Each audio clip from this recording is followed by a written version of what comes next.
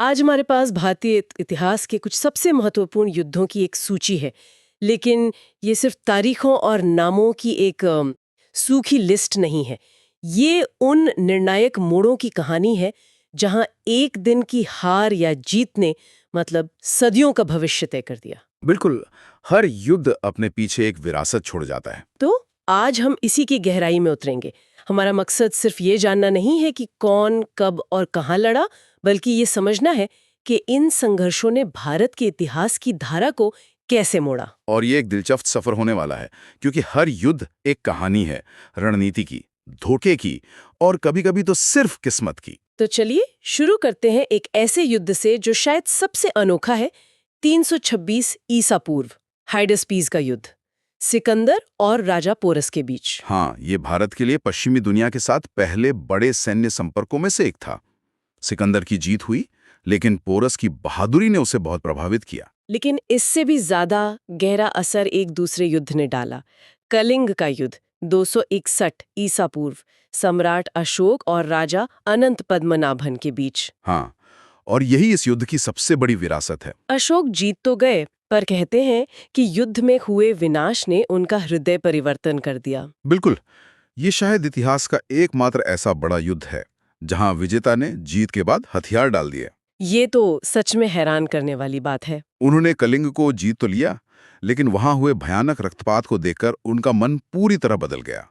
कहते हैं कि लाशों के ढेर देखकर उन्हें अपनी जीत खोखली लगने लगी। तो एक विजेता, एक सम्राट, शांति का प्रचारक बन गया। हाँ, और इस एक युद्ध ने अशोक को चंड अशोक से धम्म अशोक में बदल दिया। उन्होंने बौद्ध धर्म अपना लिया और फिर अपना पूरा जीवन शांति और धर्म के प्रचार में लगा दिया। कलिंग ने दिखाया कि युद्ध का असर दिलों पर भी हो सकता है। अब थोड़ा आगे बढ़ते हैं।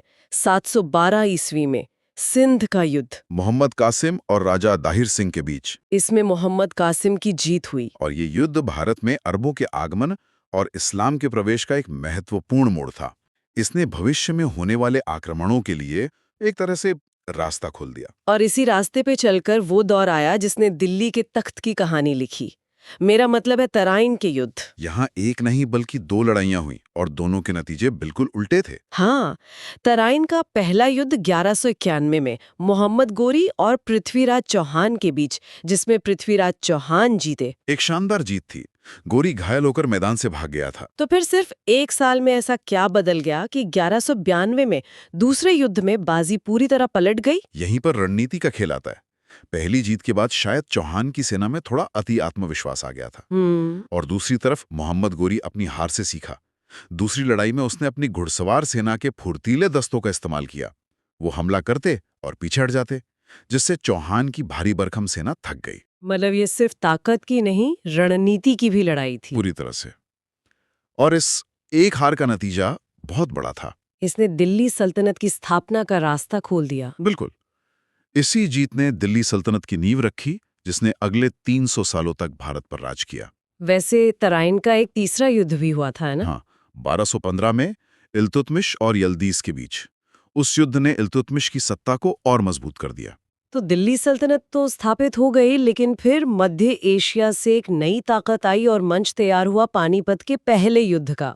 21 अप्रैल 1526, भारतीय इतिहास की सबसे प्रसिद्ध लड़ाइयों में से एक। मुगल शासक बाबर और इब्राहिम लोदी के बीच। और दिलचस्प बात यह है कि बाबर की सेना लोधी की विशाल सेना के सामने बहुत छोटी थी। कितनी छोटी? कुछ अनुमानों के मुताबिक लोधी के पास 1 लाख सैनिक और सैकड़ों हाथी थे। बाबर के पास मुश्किल से 15-20 हजार। तो फिर ये असंभव सी लगने वाली लड़ाई बाबर ने जीती कैसे? 2 चीजों से, तकनीक और एक नई युद्ध नीति। बाबर अपने साथ तोपें लेकर आया था। तोपें? हाँ, जो उस समय उत्तर भारत की सेनाओं के लिए एक बिल्कुल नई और डरावनी चीज थी। तोपों के धमाकों से लोधी के हाथी बिदक गए और अपनी सेना को कुचलने लगे। और आपने एक नई युद्ध नीति का भी जिक्र किया। हाँ, तुलुगमा। इसमें सेना को छोटे दस्तों में बांटकर किनारों से और पीछे से घेरा जाता था। सामने तोपों की आग और बाकी 3 तरफ से घुड़सवारों का हमला। लोधी की विशाल सेना कुछ ही घंटों में बिखर गई। कमाल है, मतलब संख्या को तकनीक और रणनीति से हरा दिया। बिल्कुल। बाबर ने अपनी सत्ता मजबूत करने के लिए खानवा और घाघरा के युद्ध भी जीते। लेकिन मुगलों के लिए भी राह आसान नहीं थी। बाबर के बेटे हुमायूं को शेरशाह सूरी से हारना पड़ा। हाँ, चौसा का युद्ध और फिर कन्नौज का युद्ध, दोनों में शेरशाह सूरी की जीत हुई और हुमायूं को भारत छोड़कर भागना पड़ा। पर मुगलों की वापसी भी उतनी ही नाटकीय थी, और वो भी पानीपत के मैदान में। पानीपत का दूसरा युद्ध 5 नवंबर 1556, अकबर और हेमू यानी हेमचंद्र विक्रमादित्य के बीच। और कहते हैं कि इस लड़ाई में किस्मत का बहुत बड़ा हाथ था। बहुत बड़ा। हेमू एक असाधारण सेनापति थे और उस दिन उनकी सेना जीत रही थी। मुगल सेना लगभग हार मान चुकी थी। तो फिर हुआ क्या? तभी लड़ाई के बीच में एक आवारा तीर सीधा हेमू की आंख में जा लगा। वो अपने हाथी से गिर पड़े और उनकी सेना में भगदड़ मच गई। बस एक तीर ने? एक तीर ने जीती हुई बाजी पलट दी। अगर वो तीर कुछ इंच इधर या उधर होता तो शायद दिल्ली का इतिहास कुछ और होता, पर उस एक तीर ने युवा अकबर के लिए हिंदुस्तान का रास्ता साफ कर दिया। इसी दौर में एक और बहुत महत्वपूर्ण युद्ध हुआ, हल्दी घाटी का। हाँ, 18 जून 1576, अकबर और महाराणा प्रताप के बीच। हालांकि इसमें अकबर की सेना विजयी रही, लेकिन महाराणा प्रताप का प्रतिरोध एक मिसाल बन गया। अब कहानी में यूरोपीय शक्तियों का प्रवेश होता है। और इसमें सबसे आगे थे अंग्रेज और फ्रांसीसी। कर्नाटक के 3 युद्ध इसी की मिसाल हैं, जो असल में भारत की धरती पर ब्रिटिश और फ्रांसीसी वर्चस्व की लड़ाई थी। और अंत में अंग्रेज जीते। हाँ, तीसरे कर्नाटक युद्ध में अंग्रेजों की निर्णायक जीत ने भारत में फ्रांसीसी प्रभाव को लगभग खत्म कर दिया। और फिर आया वो युद्ध जिसने सब कुछ बदल दिया, प्लासी का युद्ध 1757। प्लासी का युद्ध एक निर्णायक मोड़ था। इसे युद्ध कहना भी शायद ठीक नहीं होगा। क्यों? क्योंकि ये एक सौदा था, एक राजनीतिक साजिश अंग्रेजों और बंगाल के नवाब सिराजुद्दौला के बीच। रॉबर्ट क्लाइव ने नवाब के सेनापति मीर जाफर को बंगाल का अगला नवाब बनाने का लालच दिया। और मीर जाफर मान गया? हाँ, लड़ाई के दिन मीर जाफर और दूसरे बड़े सेनापति अपनी सेनाओं के साथ बस चुपचाप खड़े रहे। उन्होंने लड़ाई में हिस्सा ही नहीं लिया। ये एक ऐसी जीत थी जो तलवार से नहीं बल्कि धोखे से खरीदी गई थी। तो इसी धोखे ने भारत में ब्रिटिश राज्य की नींव रखी। बिल्कुल, लेकिन इस धोखे पर सैन्य वैधता की मोहर लगी 7 साल बाद 1764 में बक्सर के युद्ध में। इस बार कोई धोखा नहीं था। इस बार सीधी लड़ाई हुई। हाँ, अंग्रेजों ने मीर कासिम, शुजाउद्दौला और शाह आलम द्वितीय की मिलीजुली सेना को हराया। बक्सर की जीत ने साबित कर दिया कि अब वो भारत की सबसे बड़ी सैन्य शक्ति हैं। इसी दौर में पानीपत का तीसरा युद्ध भी हुआ था, है ना, 1761 में। हाँ, और ये एक ऐसा युद्ध था जिसमें अंग्रेज लड़े भी नहीं, लेकिन सबसे ज्यादा फायदा उन्हीं को हुआ। वो कैसे? ये लड़ाई अफगान आक्रमणकारी अहमद शाह अब्दाली और मराठों के बीच हुई थी। मराठे उस समय भारत की सबसे बड़ी शक्ति थे। और इस लड़ाई में मराठों की बहुत बुरी हार हुई। बहुत बुरी। इस एक दिन की लड़ाई ने मराठों की पूरी एक पीढ़ी खत्म कर दी। उनकी ताकत टूट गई।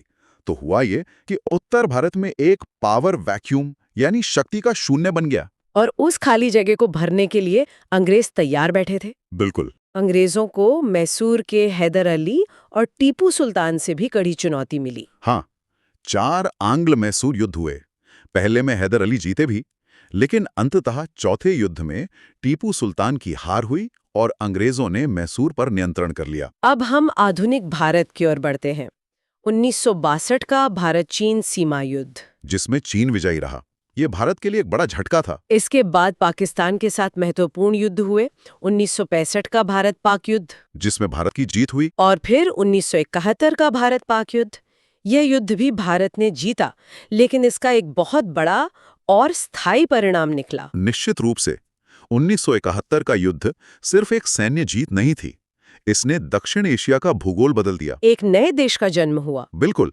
भारतीय सेना ने सिर्फ 13 दिनों में ढाका पर कब्जा कर लिया और पाकिस्तानी सेना के 93,000 सैनिकों को आत्मसमर्पण करने पर मजबूर कर दिया। और इसी के फलस्वरूप एक नए देश बांग्लादेश का जन्म हुआ। और आखिर में कारगिल युद्ध 1999। कारगिल युद्ध कई मायनों में अलग था। ये एक सीमित युद्ध था जो जम्मू कश्मीर के सिर्फ एक छोटे से हिस्से में लड़ा गया। और परिस्थितियां भी बहुत मुश्किल थीं। बेहद मुश्किल।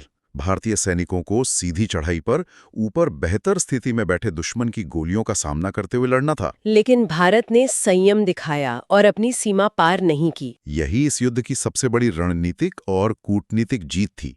भारत ने अंतर्राष्ट्रीय सीमा का सम्मान करते हुए सिर्फ अपनी जमीन से घुसपैठियों को खदेड़ दिया। इस जीत ने भारतीय सेना के शौर्य को तो साबित किया ही, साथ ही भारत की छवि एक जिम्मेदार परमाणु शक्ति के रूप में भी मजबूत की। तो हाइडेस्पीस से लेकर कारगिल तक ये युद्धों का एक लंबा सफर रहा।